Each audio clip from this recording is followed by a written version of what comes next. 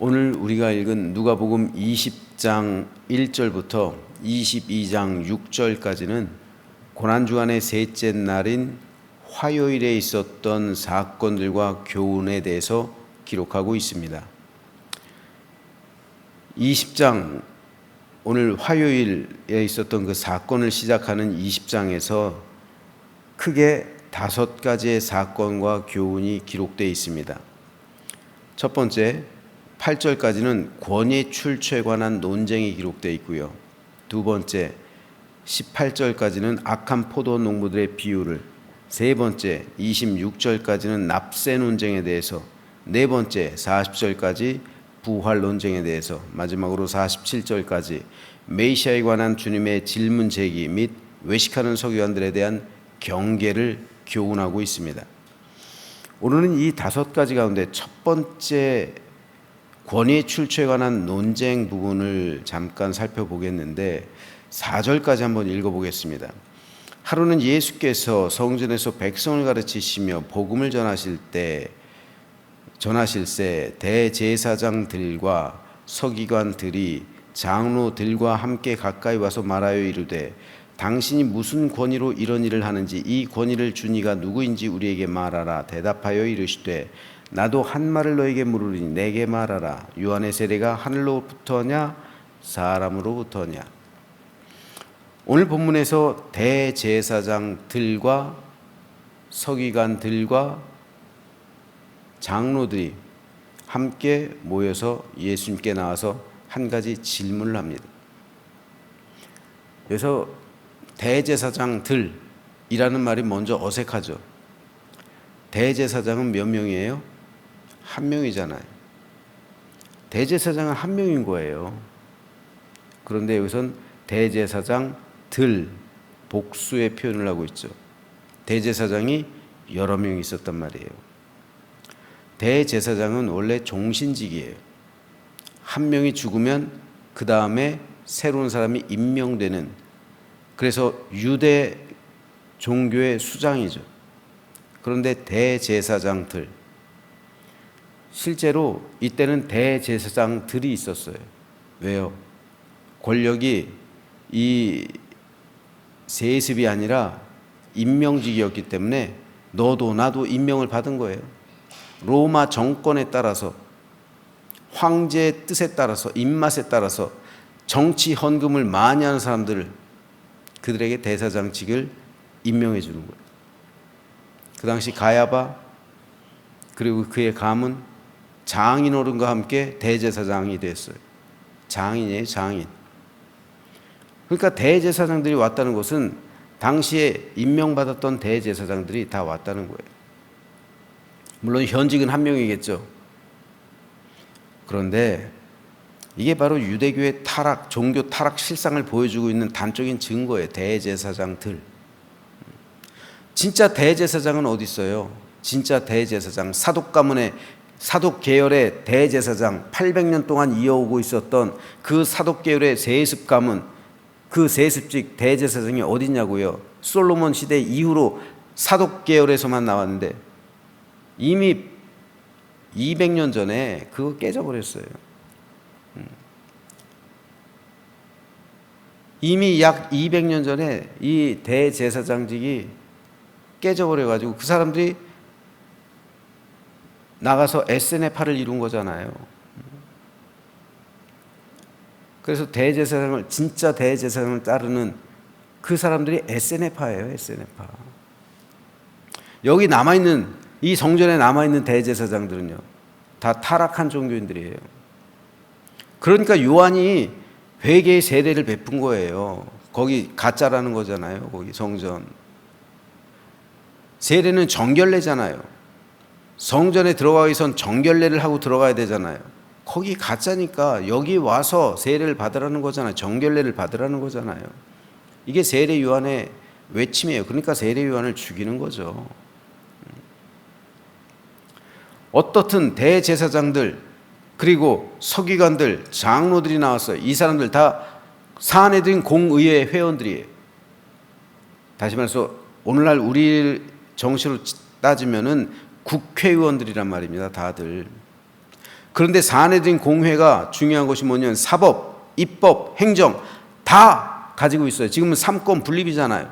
근데 사내들인 공회는 다 가지고 있어요. 사법, 입법, 그리고 행정까지.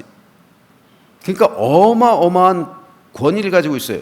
이들이 주님에게 권력이, 당신의 권력의 출처, 권위의 출처를 묻고 있는 거예요. 대제사장들은 내가 허락하지 않았는데 어떻게 감히 내 허락 없이 성전에서 이런 일을 행하냐는 거죠. 서기관들은 랍비들이에요. 당신 랍비도 아닌데 무슨 권위로 가르치느냐는 거예요. 장로들 역시 당신에게 이런 일 하라는 권한 우리가 주지 않았는데 누구 허락받고 이렇게 행동하느냐는 거죠. 성전에서의 수장, 대제사장입니다. 율법에 관한 전문가, 랍비들이에요. 유대 사회를 움직이는 정치 지도자들, 장로들이에요. 따라서 예수님은 이 3대 권력층에 의해 권위에 대한, 권력에 대한 공격을 받은 거예요. 즉 그들은 당신처럼 정규 교육도 받지 못했고 그 어떤 권위 있는 기관으로부터 인준받지 못한 사람이 어떻게 성전 정화 작업을 하며 우리들의 권위에 도전하는가, 이거예요. 그리고 우리가 당신한테 권위를 주지 않았으니까 다시는 이런 일 행하지 말라는 경고죠. 당신이 행하는 그 모든 거 불법이라는 거예요. 그리고 다시 이런 일이 있을 땐 우리가 당신 가만두지 않겠다라는 경고를 하기 위해서 온 거예요. 그리고 이 질문을 한 겁니다. 그런데 예수님은 그들의 질문을 바꿔서 역으로 한 가지 질문을 던져요. 만일 너희가 내 질문에 대답하면 나도 너희들의 질문에 대답하겠다. 그러면서 주님은 요한의 세례가, 세례 요한의 세례가 하늘로부터 온 것이냐? 다시 말해서 하나님께서 허락하신 것이냐? 아니면은 세례 요한 스스로 세례를 준 것이냐? 이 질문을 해요.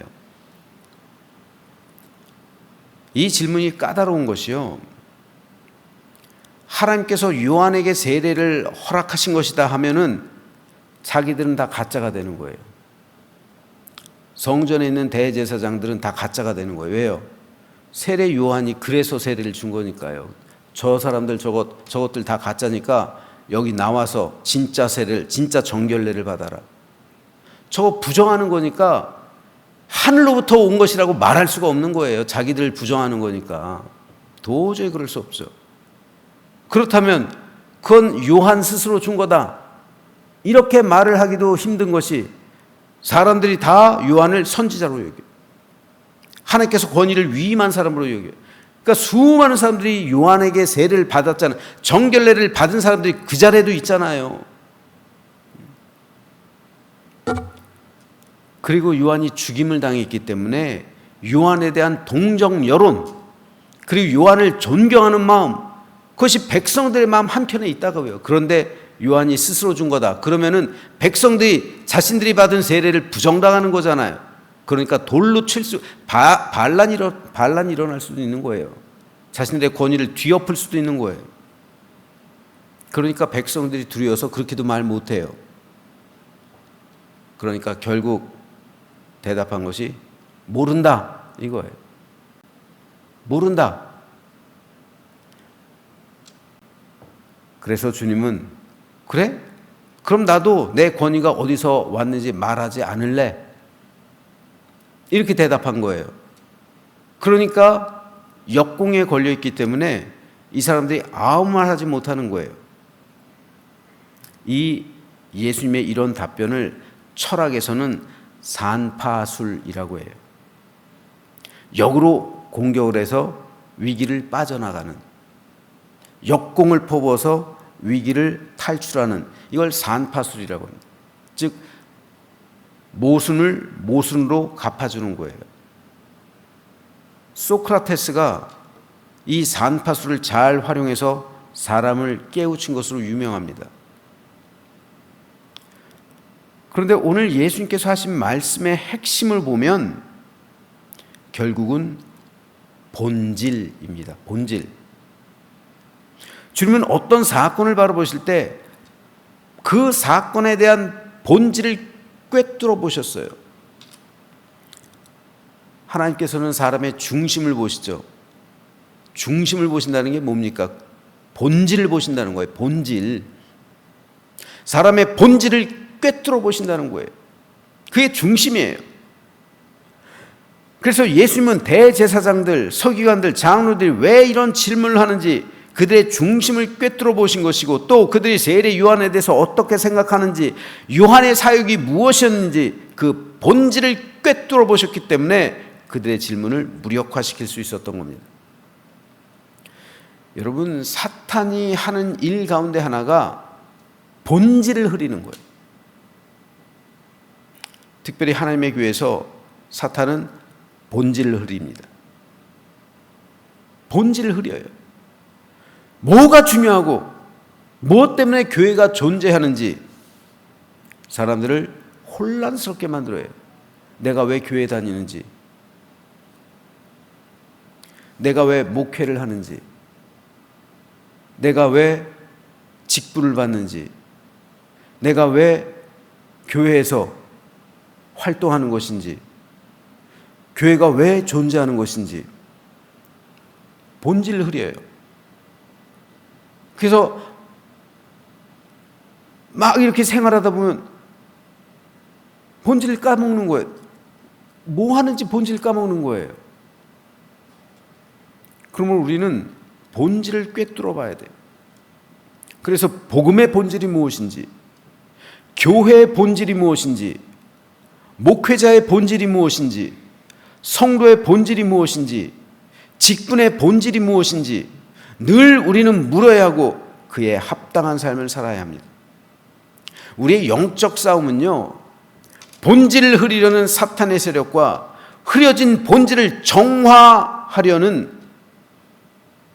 그래서 본질을 회복하고 되찾으려는 것에 대한 싸움입니다. 예수님께서 성전 정화 작업을 하신 게 이유가 뭐예요?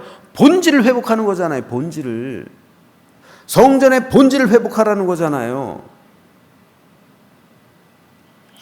복음의 본질을 회복하라는 겁니다. 하나님 사랑의 본질을 회복하라는 거예요. 이웃 사랑의 본질을 회복하라는 겁니다. 안식일 논쟁이요? 본질을 생각하라는 거잖아요. 형식이 아니라 그 내용을 보라는 겁니다. 본질을 보라는 거예요.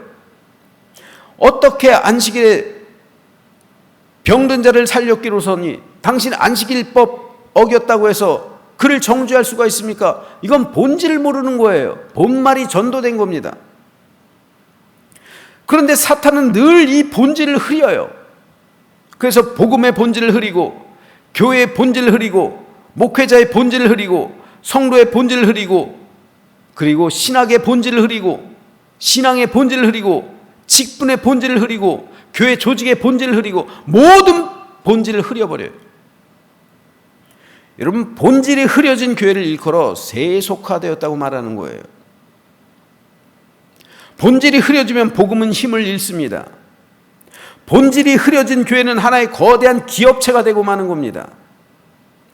그래서 목사들도 교회를 세상 기업 운영하듯이 하는 것이고, 교회가 성장하면 성과급을 받는 거예요.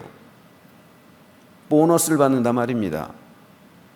성과급 요구하는 목사들 있어요. 이건 기업이지 교회가 아닙니다. 본질이 흐려진 교회는 더 이상 생명력이 없어요. 본질이 흐려진 교회는 하나님의 영이 떠나시는 겁니다. 하나님의 영이 떠난 교회는 제가 자주 말씀드리잖아요. 두 가지만 남습니다. 하나는 절대 권력, 또 다른 하나는 돈. 하나님이 떠난 교회는 어떤 곳이건 권력과 돈밖에 남지 않아요.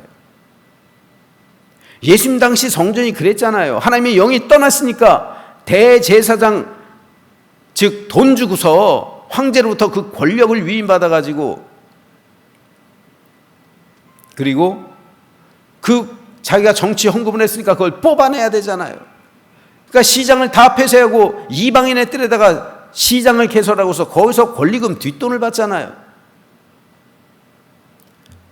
하나님의 영이 떠나간 곳엔 권력과 돈밖에 남지 않는 거예요. 본질이 흐려진 교회는 세속화되기 마련이고 남는 것은 권력과 돈밖에 없는 거예요. 그러므로 우리는 본질을 회복해야 돼요. 본질을 꿰뚫어 보는 눈이 있어야 됩니다. 이것이 선지자의 눈이잖아요. 그래서 예수님은 성전 정화 작업을 하신 거예요. 본질을 꿰뚫어 보시기 때문에. 왜 대제사장들과 서기관들과 장로들이 예수님에게 권위를 묻고 있습니까? 왜 그들이 결국 예수님을 죽였습니까? 여러분, 본질이 흐려지면 하나님도 못 알아보는 거예요. 서기관들이요, 랍비들, 율법의 전문가들 몰랐을까요? 예수님께서 탄생하신 그 사건, 메시아가 베들레헴에서 난다, 다 알고 있었어요. 그런데 본질이 흐려지니까 못 알아보는 거예요, 예수님을. 본질이 흐려지니까 그들은 하나님도 못 알아보고요, 자기 기득권 때문에 본질이 흐려진 사람은 회개하지도 못해요.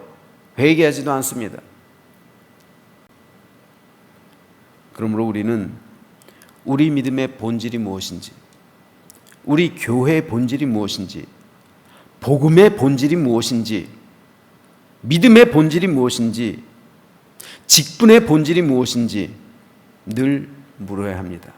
그래야 제대로 갈 수가 있는 거예요. 그래야 하나님께서 원하시는 길로 나아갈 수 있는 거예요. 교회도 그렇고요, 목회도 그렇고요, 성도도 그렇습니다. 회개는 본질을 회복하는 거죠. 참된 회개는 진정한 개혁으로 나아가는 겁니다. 그러므로 저는 저와 여러분과 우리 교회가 언제까지나 복음의 본질을 간직하는 교회가 되기를 소망합니다. 이것이 우리 교회의 사명이 되어야 돼요.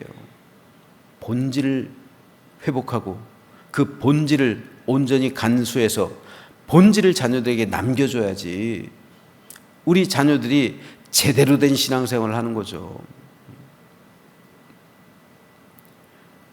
특별히 저는 목사로서의 본질, 이것을 온전히 간수하고, 여러분은 장로로서, 권사로서, 집사로서의 본질 온전히 생각하며, 그리고 우리 교회로서의 본질 온전히 감당해내서 거룩하고 진실한 의의 믿음이 되고 우리의 구원을 완성해 나가고 구원의 열매를 남기는 거룩하고 복된 우리 모두가 되시기를 주님의 이름으로 축원합니다.